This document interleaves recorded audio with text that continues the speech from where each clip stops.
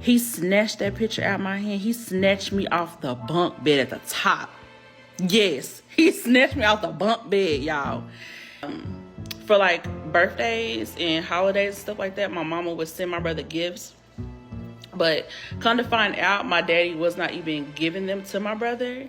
And he was selling the gifts in garage sales. Yes, he was selling the gifts in garage sales. So that's that. Stole $20,000 from my brother to start his new life overseas. Fucking evil, bro. Yeah, he got remarried and started having kids. And started naming the kids names from kids over here. Cool. He had my brother take out student loans, summing up to $20,000 that my brother never got to see, and left. And he knew that he was never coming back. When he said he was leaving for 2 weeks, he knew that he was never coming back. Welcome back to another episode of Clocked Out Conversations. I'm your host, Raheem, and today we got some more TikTok content. The evil things my dad has done. I'm not here to waste your time. Like, comment, and subscribe if you want to see more, and let's get into it. So one afternoon, my mom was breastfeeding my little brother, and my dad was just sitting in the chair, just looking odd, just looking weird. And she's like, "Well, what's the deal with you? What's wrong with you?" And he had the nerve to say, "I don't think I want a family anymore." What? To wrap that up, he had been cheating and didn't have the you know what to say what he really felt. He kicked us out the house. My mom didn't have nowhere to go like that. She's not even from California, military. She's out there because he's out there. And we had been out there for years. She had to pack up her car, drive all the way to Oklahoma where her family is, barely any money, with her children, and figure out how to put her life back together because her husband just said he didn't want to be married anymore out of nowhere. And when I say that divorce was nasty, it was a nasty divorce. He tried to take me and my brother. He was lying. He kept calling CPS on my mama, lying, saying that she was abusing us and all this crazy nonsense. Never happened. Then there was this incident where my auntie was watching us. You know, back then, they always had their curling irons out. This is in the 90s. She had her curling iron sitting on the counter, and the curling iron fell and hit his arm, I think. He told the judge that she had put a curling iron up to him and stuff. Like, he was he was being real dirty with it. For some reason, I feel like he wanted to keep us, but leave my mama and just start over with a new wife or something. I don't know, because the military really fucked him up. Just for time purposes, we're going to skip to, maybe like a year later. He's already remarried. He's already remarried. And this is the moment that I realized that I really hated him. So I would go out there and visit, I want to say like every summer, something like that, a couple months. He was so mean to me. He would be so evil towards me. So mean. If it wasn't for his new wife at the time, who was a saving grace, I don't know what would have happened to me. He would whoop me for no reason. He would just be evil. There was this one time where, and this was it right here. My mama, because back then we didn't have like we didn't have like cell phones and stuff like that. Kids didn't have cell phones back then. So my mama would always put a picture of her in my suitcase, in my little suitcase that I would take. And in my brother's room, there was bunk beds. And I'm like I believe I'm like 6 at the time, 6 or 7 or something like that. And anyway, I'm on the top bunk, and I'm just looking at the picture of my mama because I miss my mama so much. And I could feel him staring at me. Y'all know them old school bunk beds that have like the wooden ones that got the it's like the bars, you can kind of see through it, like the wooden bars or whatever. And I looked, and the door was cracked. And he was just watching me.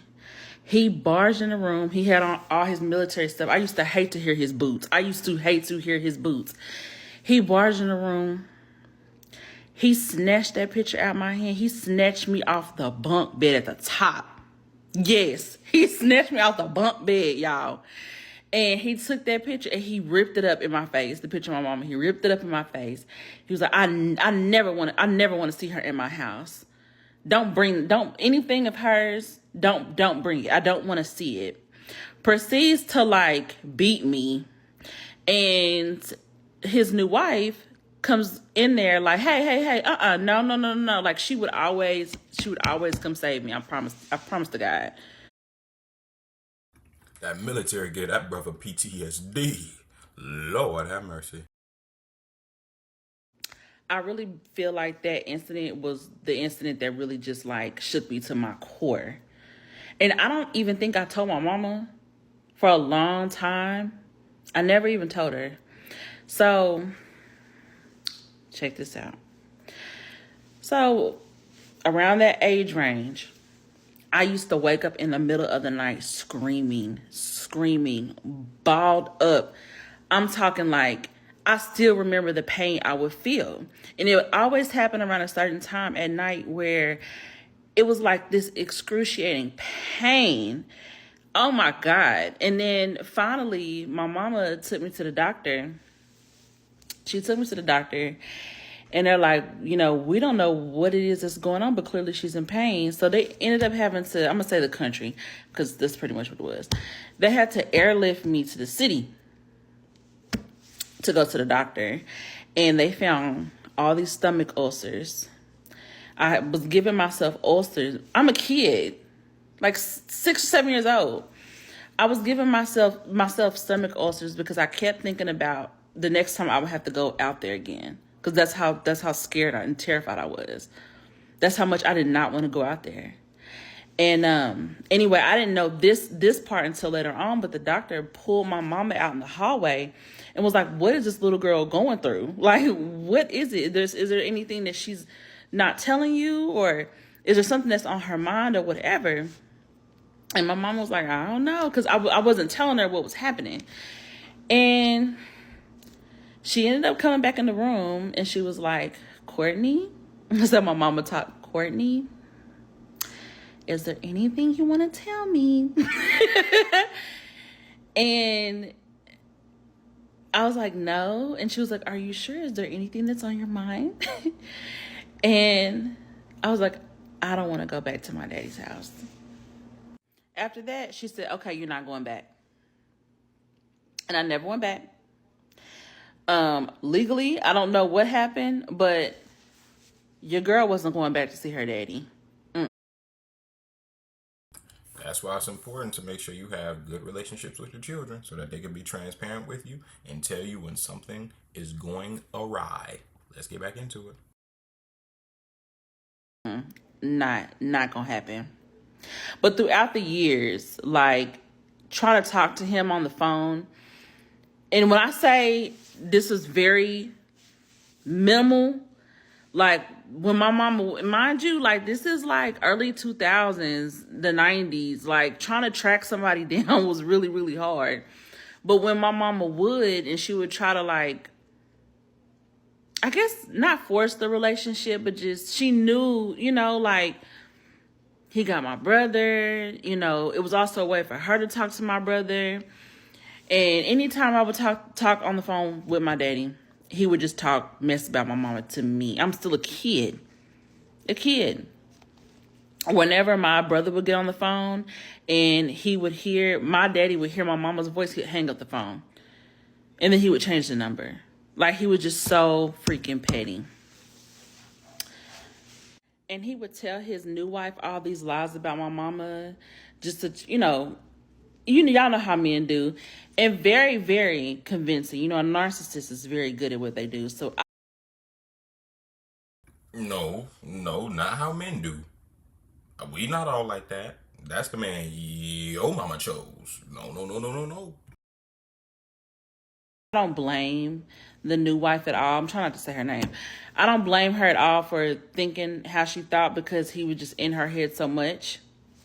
But when he turned around and pretty much did the same thing he did to my mama to her, they ended up having a conversation. And she ended up apologizing to my mama, like, you was right. You know what I mean? It was like one of them situations. And he just moved on. He just moved on. But before that happened, my daddy, he ended up working his way up into the Pentagon. He was working in the Pentagon, child. And when 9/11 happened, he was in there. God gave him a second chance. I try not to judge. Gave him a second chance, and he had to learn how to walk again. Because he lost all mobility in his legs. Oh, I didn't even recognize that's what she was talking. I thought she meant he was in the Pentagon when 9/11 happened. He was in the Twin Towers when 9/11 happened. God dang. Jesus. You would think that would be a humbling experience, but no, it wasn't. If you want to hear more, because I'm running out of time on this video, follow me and I will do a part 2, or comment and let me know if y'all want a part 2. I'll give you a part 2 on how I ended up reunited with my brother through a miracle. And also how he stole $20,000 from my brother to start his new life overseas. Fucking evil, bro. I've seen everybody's comments from part 1. And everyone wants part 2, so here we go. I'm going to respond back to some questions that a few people had. I got my little iPad here. And answer those just to kind of clarify a few things. So my mom, when they met, she was 18. So she was 18, and he wasn't in the military at the time. And they didn't get married until she was 21. And I believe she was divorced. They divorced when she was 28. So you have to keep that in mind. And also, like I've said before, this is the 90s that this happened in. Oh, yes. And also the incident with the coroner when he used that in court. It was proven from the court that my mom was not even present. And she called him to let him know about the incident. That's how he knew about it. So they were able to kind of see, you know, like when she even called about it and all this other stuff. And she was at work when everything happened. So it got dismissed, because why would they give one child to her if she was supposedly abused? You know what I mean?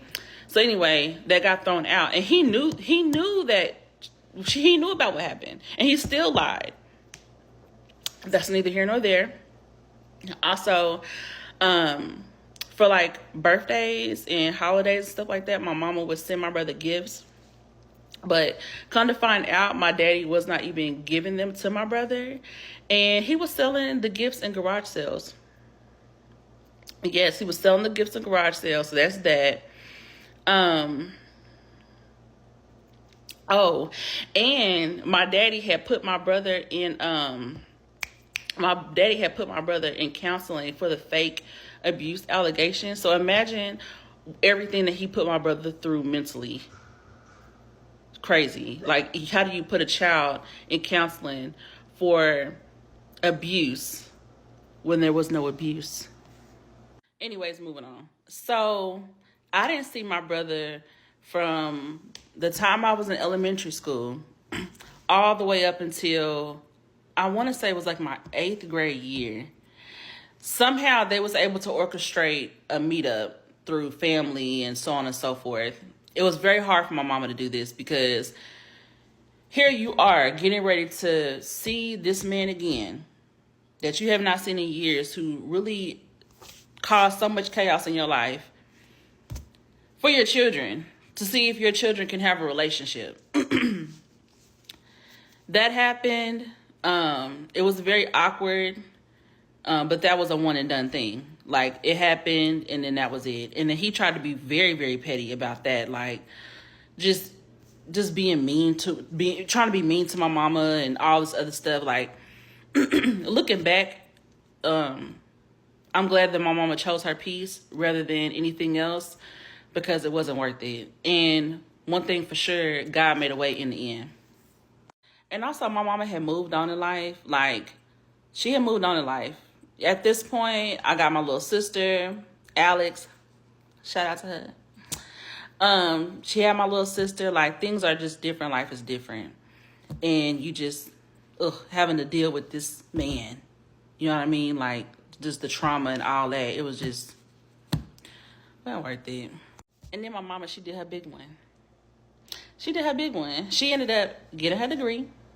And then she ended up getting her house built on the opposite side of town.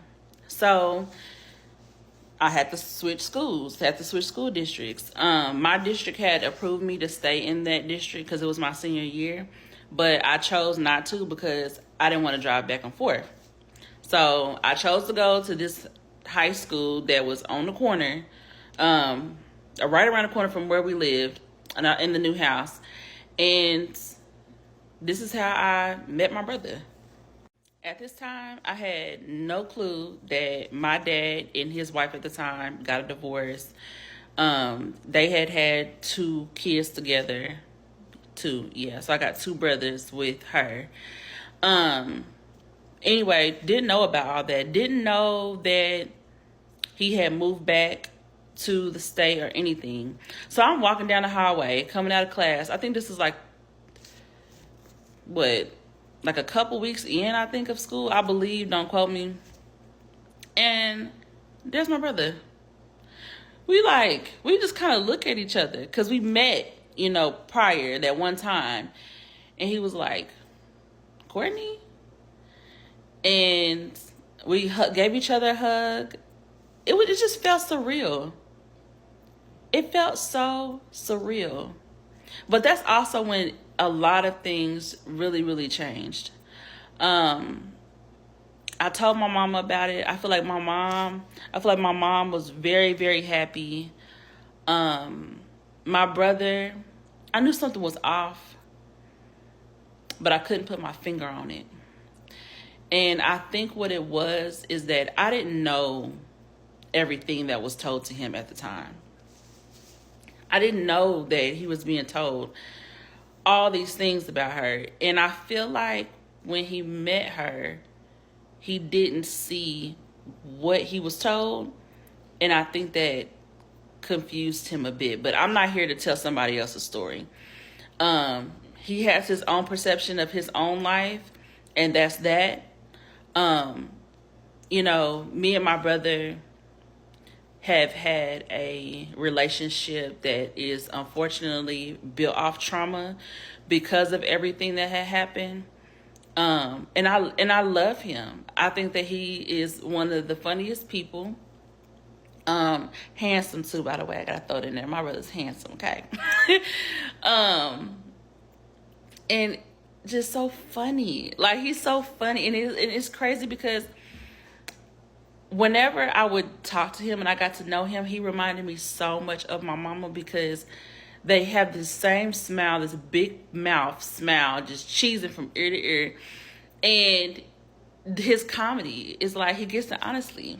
You know what I'm saying? Like, he's hilarious.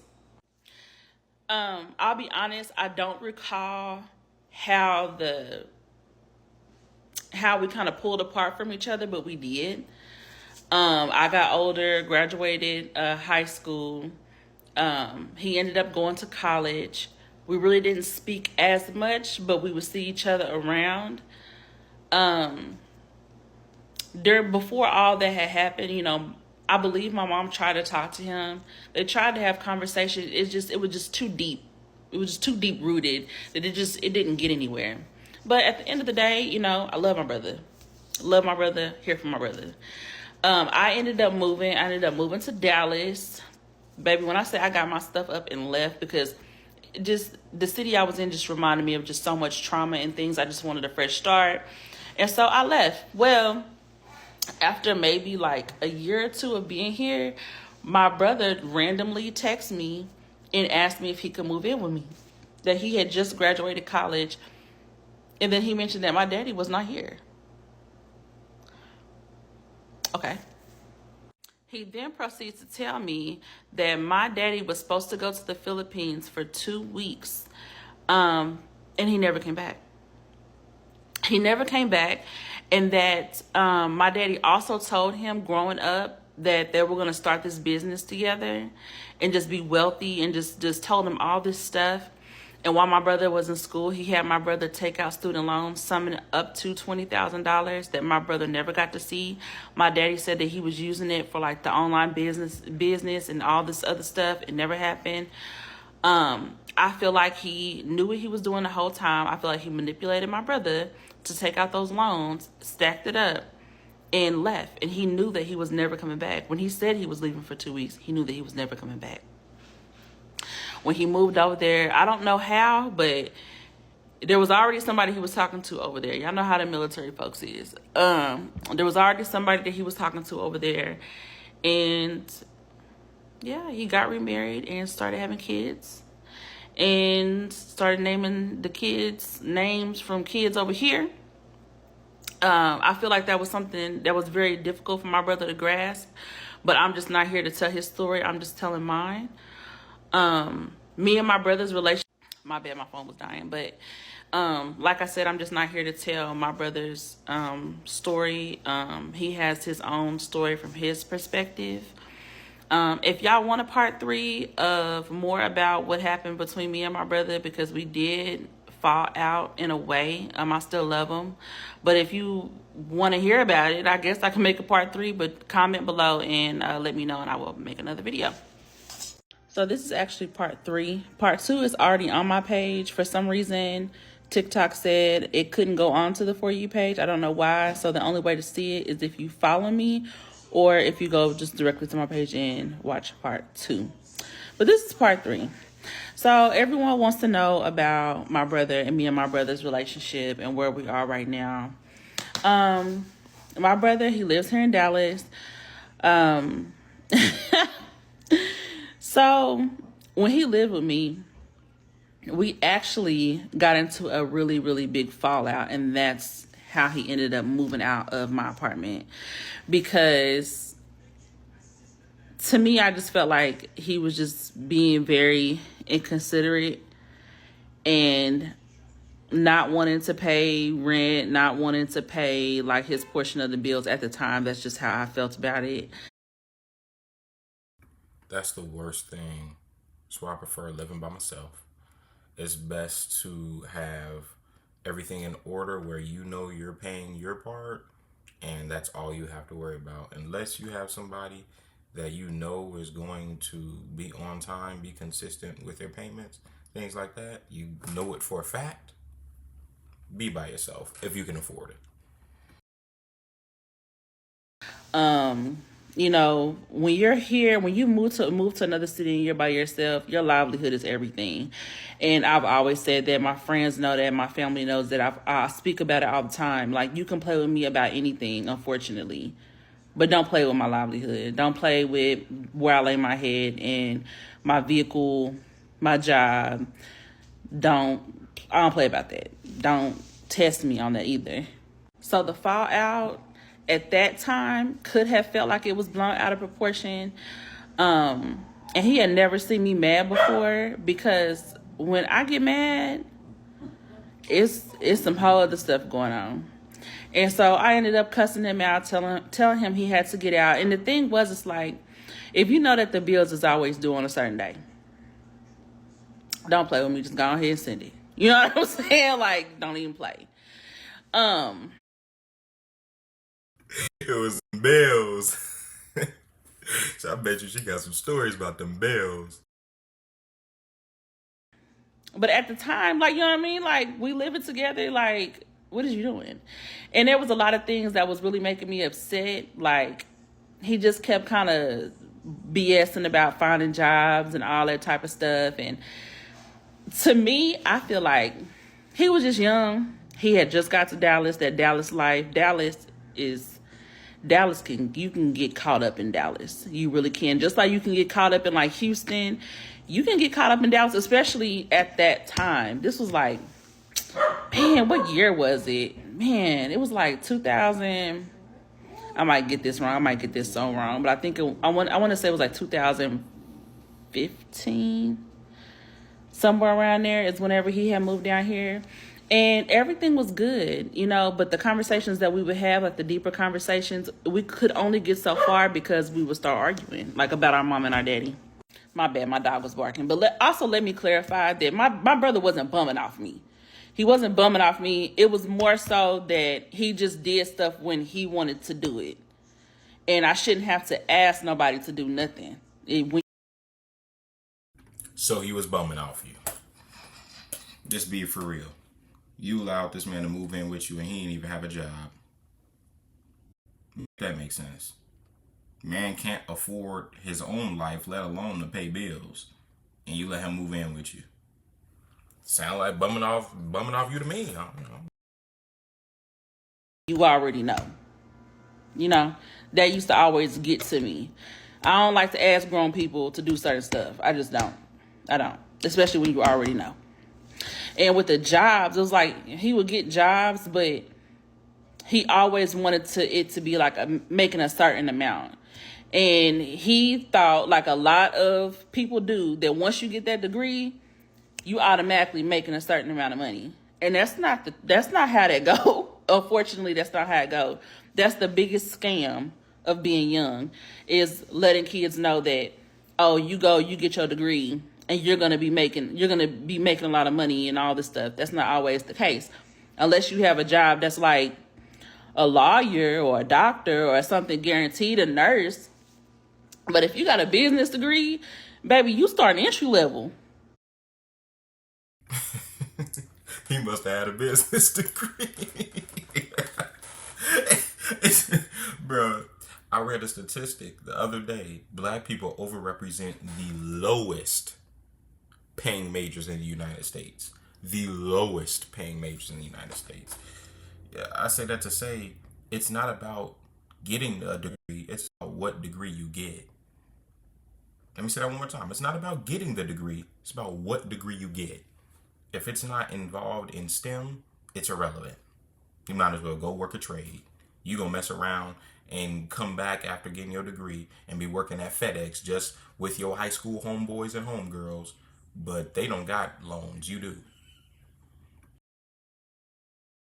You start an entry level. If you don't have no experience or nothing like that, it's a hit and miss. And that was another thing that he just couldn't get past. Like, dang, I done did all these years of school and I can't even get no job like that.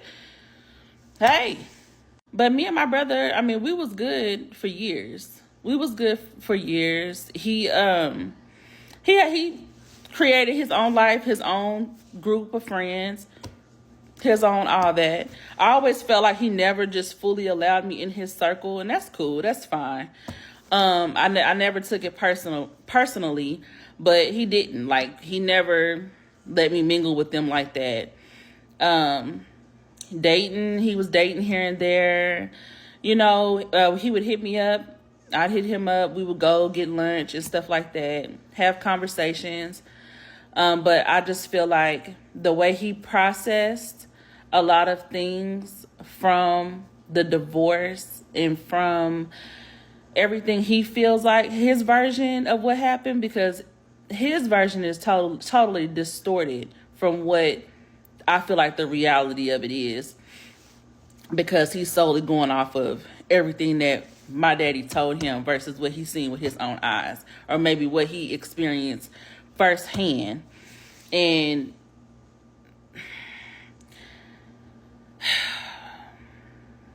I always felt bad for him. I wish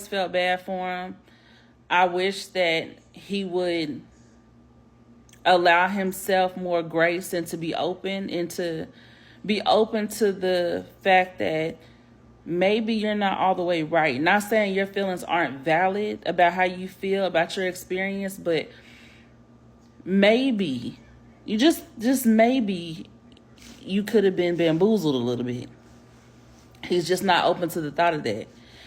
And I want to say last year, he sent me a text message, this really long text message about how he didn't want a relationship with me because I had a relationship with our mom, the person that raised me.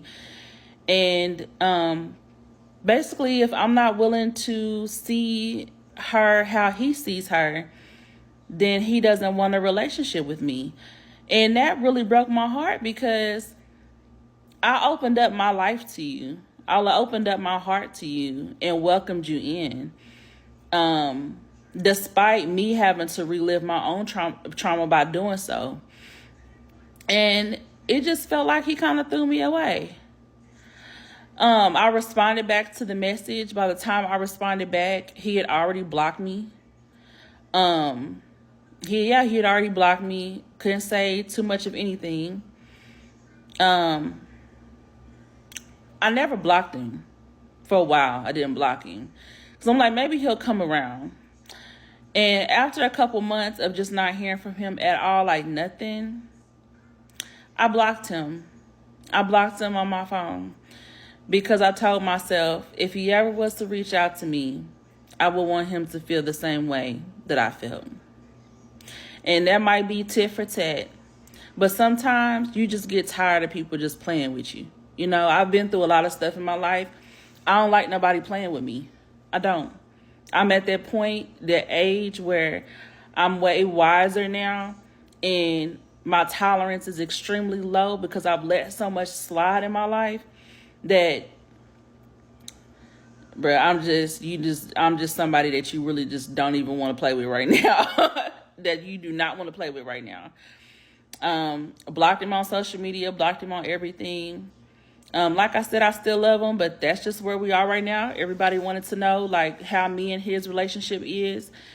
And that's what it is. We in the same city, but we're two strangers.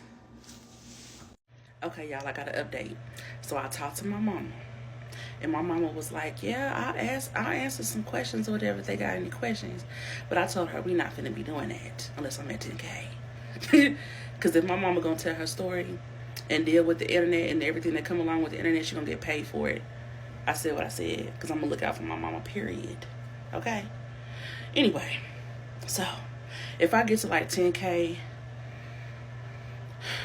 I don't know. If I get to 10K like January, because I already had a lot of followers anyway. But if I get to 10K by then I'll go ahead and do it. If not, then we're just gonna move on, y'all. We're just gonna move on and keep going on with TikTok. But she said she willing to do it. Oh, they're gonna try to tear my mama up, but it's her story.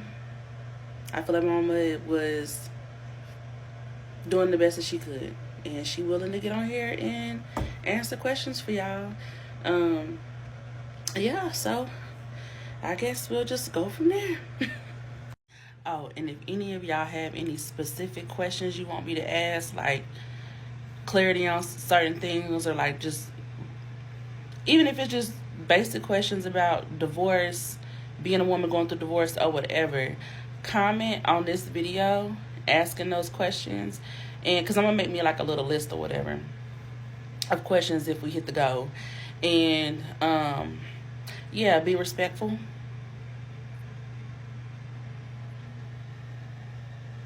But yeah, leave the comments and questions. The internet is never respectful. You might as well throw that criteria out the window. But as far as her brother is concerned, if you've been manipulated your entire life, naturally it's going to be hard for you to come to reason, especially if it goes against everything that you've been told for the duration that you've been living with your father. And so I completely understand that it's hard for him to accept that reality, but it seems, at least from her perspective, that's the reality nonetheless. But thank you for tuning in to another Clocked Out Conversation. Like, comment, and subscribe if you want to see more, and I will see you in the next one. Peace.